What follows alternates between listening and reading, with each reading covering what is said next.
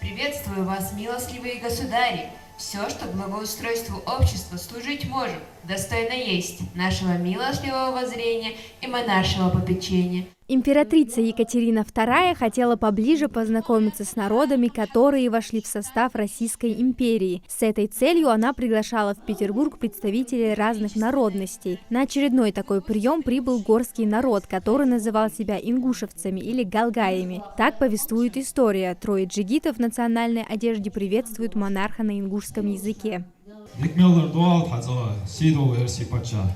더 Кавказերը լամուս տիղի ուղղչ հալայ մեղկրդեղ կա հաշիդը թոշ ահադի խրախրոնը բարկու ալış թոշ գադոջիտը շահալուզը դեղ կատու.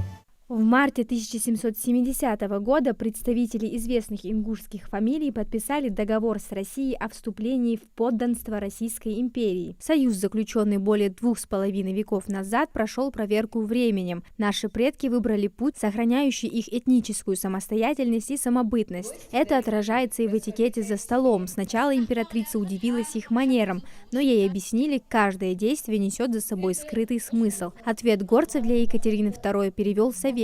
Когда я положил перед собой бараний язык, я дал понять своим друзьям, что говорить буду я. Положенный перед моим другом бараний глаз дал ему намек на то, что он должен глядеть в оба, то есть замечать все, что происходит вокруг. Тот, кому я положил баранье ухо, должен был слушать, о чем говорится тоже вокруг. Так с вами разговаривал я и отвечал на вопросы я, потому что не было бы перебивающих при разговоре. Поэтому на ваши вопросы отвечал я. Когда я отрезал баранье мясо от головы и начал трапезу, только после этого мои друзья начали со мной кушать. С их стороны это было безмерное уважение ко мне, как к тамаде. Все это нам позволило все четко отвечать на ваши вопросы и соблюсти вежливость и этикет за столом. В спектакле рассказали, после этой встречи императрица убедилась, что ингуши удивительные люди и обычаи у них особенные. Как и Екатерина II, в этом убедились и школьники, и студенты. Для них этот факт истории тоже открытие.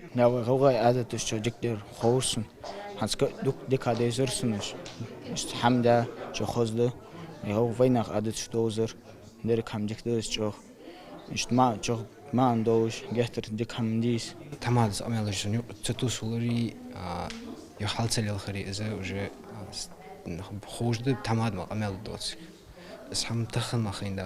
Спектакль не просто развлекает, а пробуждает в юных сердцах любовь и уважение к своим традициям и адатам. Цель – донести до подрастающего поколения ценности и богатую историю ингушского народа, чтобы молодежь понимала, откуда она и чем может гордиться, отмечают организаторы. Что-то должно остаться в нашей молодежи, чтобы они, именно, вот еще раз повторюсь, не забывали наши традиции, обычаи. Сегодня наша цель была такова, чтобы наши ребята изучили наши старинные обычаи глубоко, чтобы именно с корня, как это все начиналось. Театральная постановка – это еще не все. Для ребят подготовили тематический мастер-класс, рассказывают о культуре и бытии ингушского народа, который уже укрепился в те времена.